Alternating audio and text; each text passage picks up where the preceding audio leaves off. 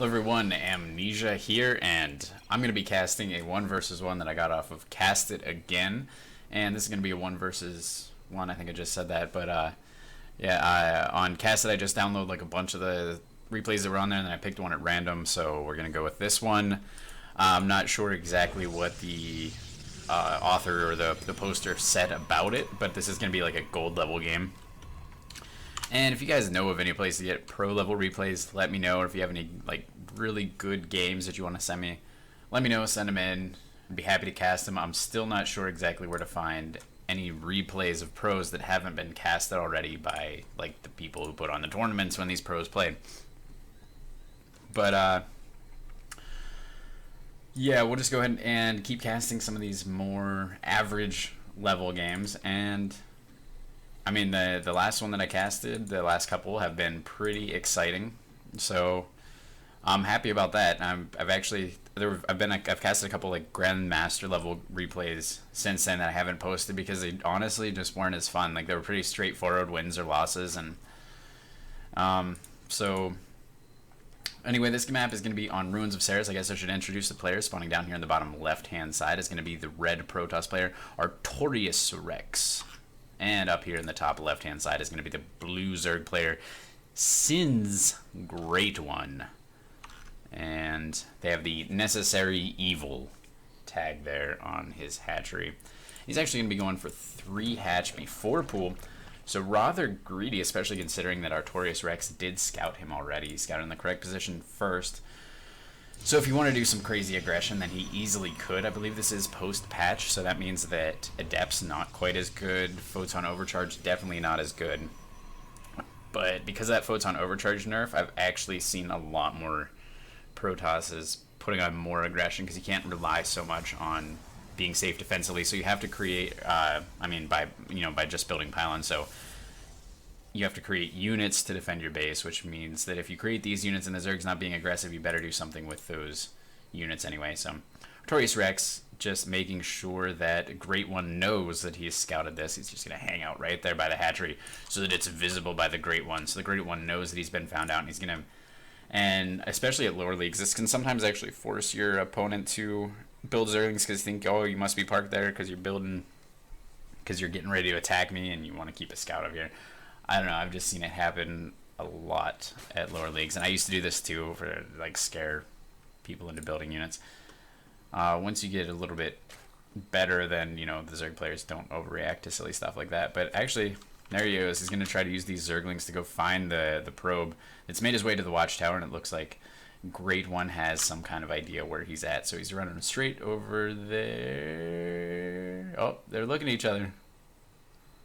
Who's going to make the first move? We've got speed on the way now for the Zerg player. We've got a Twilight Council. So we'll see what kind of upgrade he's going to get for that. He doesn't really have any units out yet. He's not using his gateways to make anything, so that might be risky. There we go, a couple of Adepts, so we're most likely going to see Resonating Glaives come out as soon as that Twilight's done. That's interesting that he waited so long to create units, because he went double gate and then just didn't make anything for a while. And he's got the money for it, and these Zerglings are going to run up here. Get a little bit of poking. These Adepts will be out by then, so I don't think they're going to be able to get too much done, and he's just kind of hanging out, both players focusing on their macro a little bit more. We got speed about to finish, so perhaps he's waiting for the speed to finish so he can run all of his Zerglings in there and try to run into the main. It's a wonky wall, but it is completely walled off, so good for him. You can put the pylon quite a bit ways back further than that. And here come the Zerglings into the natural, and there's a Photon Overcharge, and they do get a cancel off on the pylon there. Would have been nice if they could have picked it off, but ArtoriusRex 2 Pro to let that happen. But Greatone did bait out a Photon Overcharge, which now that they're 50 supply, that's no joke. And resources lost. Protoss player has actually lost more resources because he lost that probe, and he lost. He had to cancel that pylon there. I think that's really all he's lost so far, though. We do have Resonating Glaives about halfway down. We've got a Roachhorn on the way, which will deal with Adepts quite nicely. A couple of Queens just hanging out here, double teaming this hatchery. And we've got no Queen down here because this hatchery is not quite as cool as some of the other ones. So nobody's going to go do that one. because who wants to? Look at this hatchery. It's pathetic. No drones want to hang out with it. Sad. And here comes a little bit of a push from ArtoriusRex. He's got 3 adepts. This is a little bit later than you tend to see this push, but hey, when you're in lower leagues, you can sometimes make some crazy stuff happen. And this time I actually do quite a bit. There's no queens down here. This queen finally deciding that she should maybe get down there. And these drones should be pretty safe. Oh, there we go. Queen popping out right on time. Why did I not see that happening? But he's going to focus down this queen. This queen should make his way down here. The drone's actually evacuating. They're scared of adepts. They know what adepts can do. Adepts are drone killers. And starting to work our way on the hatchery there. We've got Immortals coming out now for him. We've got Hydralis Den on the way for the Zerg player. We've got Glial Reconstruction. Is that what it's called? Reconstitution. So the roaches can run faster.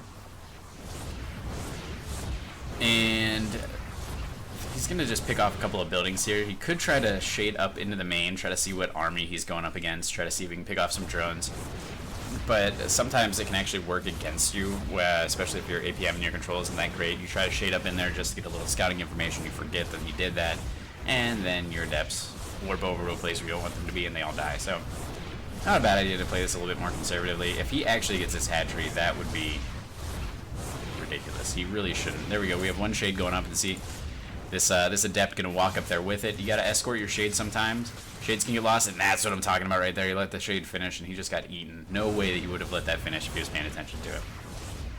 And here comes the Zerg trying to save the hatchery at the last minute, making it extremely dramatic, and the Zerglings get this round. One adept falls. The second adept falls. There's no anti-air there with this. Mothership Core, you can finish this off. Oh, please finish. He mass recon. Oh. What the hell was that? There's nobody even shooting it. Why waste the energy? And you only need like 2 more shots on that hatchery. What does this guy actually do? 8 damage. Okay, so maybe like 4 more shots, but that was so easy to get. There's no queen here. Oh. ArtoriusRex, you deserve anything you get now. Look at all these roaches. Luckily there are some immortals out. There's 2 immortals, a bunch of sentries. So he should be able to do quite well, but here comes an Overseer. That guy's not going to be able to lift anybody up into the main. Nice try. Great one. Ooh, Artorius is going to try to poke out here. Nice. Force field's going down there. Trapping 1 roach, keeping the rest at bay. That is a lot of force field spent, though, to kill 1 roach. But I guess when you've got this many sentries, it's not real worried about it. Warping in even more sentries. Mass Sentry Immortal. I haven't seen this in a while. Pretty sure this is not a Heart of the Swarm game because we have a depth, so. Parking the Warp Prism there right next to the Overlord. Usually a case of F2A, but hey, F2A. I've noticed a lot of people use that. I really wish they never even put that in the game. It breaks my heart to see it. To be honest with you. More making stuff over here. We got some adepts. We're going to get an expansion up. ArtoriusRex, the macro master.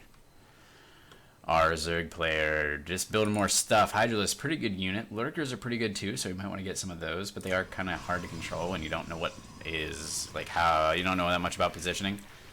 But that doesn't matter, because Lurkers are good. Oh, hallucinating the Colossus. Really gonna, this is gonna scare the bejesus out of the Zerg player. Look at this. He sees the Colossus, he's gonna freak out. Look at this panic. He's desperately injecting. Scrambling to save this. The Warp Prism gonna go up here in the main. He's gonna do a multi-pronged attack here. Or he might just elevate her up, because it's easy to do when the Warp Prism's right here. You just right-click.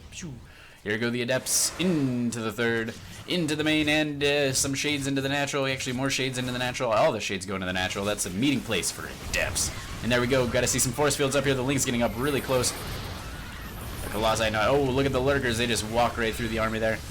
And Zerg player's going to have to back off. He's got the Lurkers set up nicely. And there we go. This is going to start doing some work. They shred sentries. But these Adepts up here doing work on that Spinecrawler. Spinecrawler, you are screwed, buddy. And there we go. More Warpins, more Adepts into the main. And he's just going to go for drones. He's not looking to end the game here. He's just going to try to kill everything that the Zerg holds dear without micro. And there to the Adepts fall. A lot of Roaches and Hydralis going to clean that up. But these Adepts are actually doing things, so that's great. It's always good to do things with your stuff. And 23 workers killed. That's no joke. The economy now in shambles for Greatone. His hatchery in the third still stands, a testament to the fortitude that Greatone has. Remarkable. Look at that. That queen almost dead too. This is a haggard base, but they don't care. They're surviving, and as Zerglings try to go for a surround. Silly choice. I don't know how he didn't see how many units were there, but he's going to try to take them down anyway. Zerglings are sacrificed. These lurkers going to try to run in first. They're not great tanks, though. So 2 of them do fall, 2 more remain, and then the Protoss player just walks out of range with the lurkers. Reposition them quickly. Hydralisk leading the charge. The Roaches in the back for moral support. Nice force fields going down. They're going to separate the 1 lurker, a bunch of Hydralisks, and some Roaches. The last remaining lurker is in the back, and he's going to try to get in position right next to this base. Can he take it down? It's all up to him. There he goes. He's going to try to hug it. He's getting up close. That's the best place to be. You got to get as close as you can when you're a lurker. That splash damage. Maximize efficiency. And he doesn't choose to burrow because he knows there's an observer there. Smart move. This lurker didn't live this long by being dumb. Nice force fields going down there just to let Greatone know exactly where his army is and let him know that he's not welcome over there. So taking a look at income, we'll take a look at the fancy graph. So we've got the red player actually quite a bit ahead because we do see a big discrepancy in workers here. The downside though, Zerglings running in by themselves again. Greatone likes to do this like an old kung fu movie there, just send the people in one by one.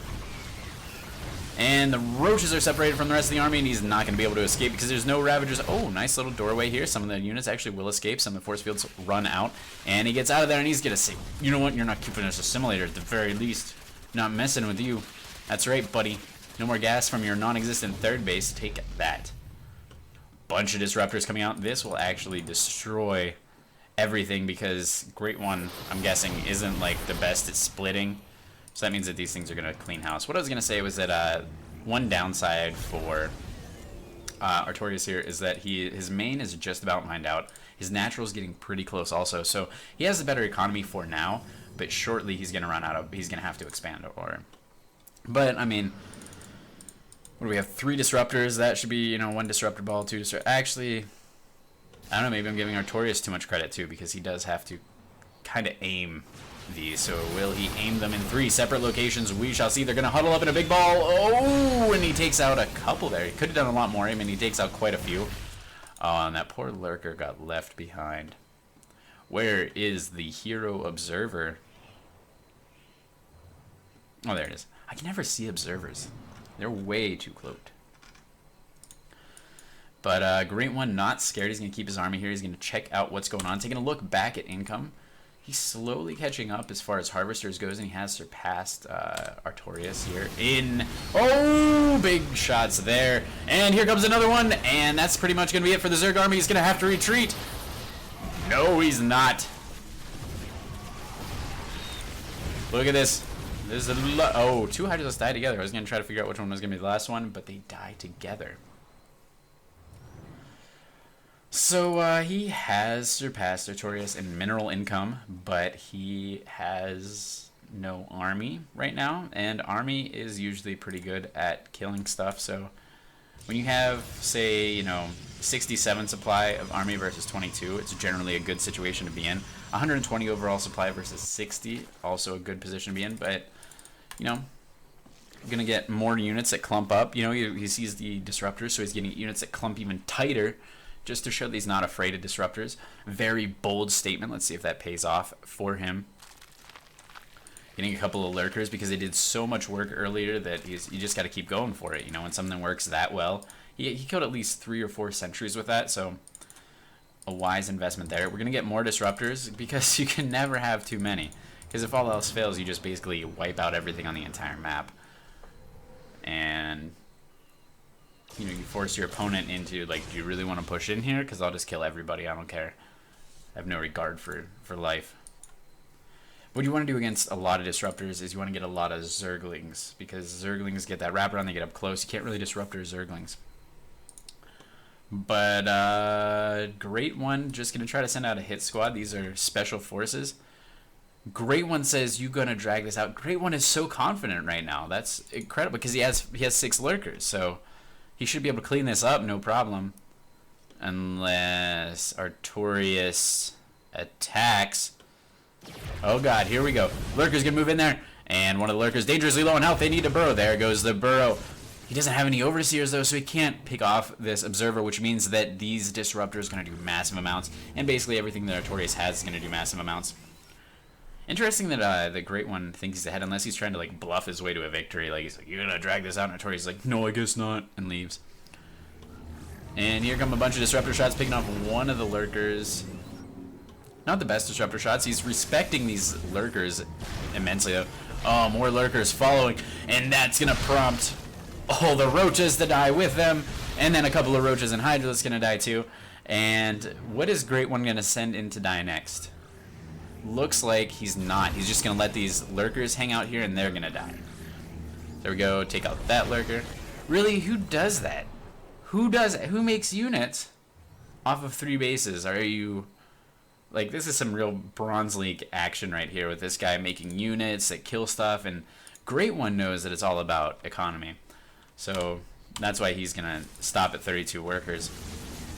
Ooh, there we go. Nice shots from the lurkers there before they died. Nice flips. I'd give it a 10. He didn't quite stick the landing, so maybe I should have taken off a couple of points, but I was so happy to see it. Gave it a 10 anyway. I'm in a good mood. What can I say? Got a couple of Mutalisks on the way, which will pair nicely against these Phoenix here that are coming out 3 at a time. So these Mutalisks, if they can get right on top, and Artorius accidentally friendly fires his own Phoenix, and these Mutalisks are going to do devastating damage. And Great One feels like his time's being wasted because, you know, who wants to play a 17 minutes so far? I mean, this is probably going to be like a 20-minute game where he just has been losing for 15 of those minutes, but yeah, you know, I mean, why does Artorius stay here just to get more ladder points? It's so selfish of him. There we go, picking off some probes. That's a good investment for these Mutalisks. These guys are just paying for themselves. They're taking them one volley into the Phoenix, one volley into the workers. Nobody feels safe over here. And Great One, he's just going to give him the win. He could win easily, but he just doesn't have this kind of time. Because Artorius is just trying too hard. Look at him, like, trying to win. It's unranked, for God's sakes. Like, stop trying to win. It's ridiculous. Well, so it says that Artorius was victorious, but really, the real winner here is Great One, because he had this whole bunch of units. He could have easily pushed in here and, you know, just taken out everything. This group of units probably would have accidentally disrupted themselves to death. So, because that's, you're just playing with fire with that many disruptors. So, good game, great play by Great One. He definitely won. He did everything right there. Nothing that he could have done better. So that was a Grandmaster versus a Gold League player. So Artorius got lucky that Great One just didn't have time to finish that out. But, you know, good for you, Artorius. Enjoy your free ladder points there.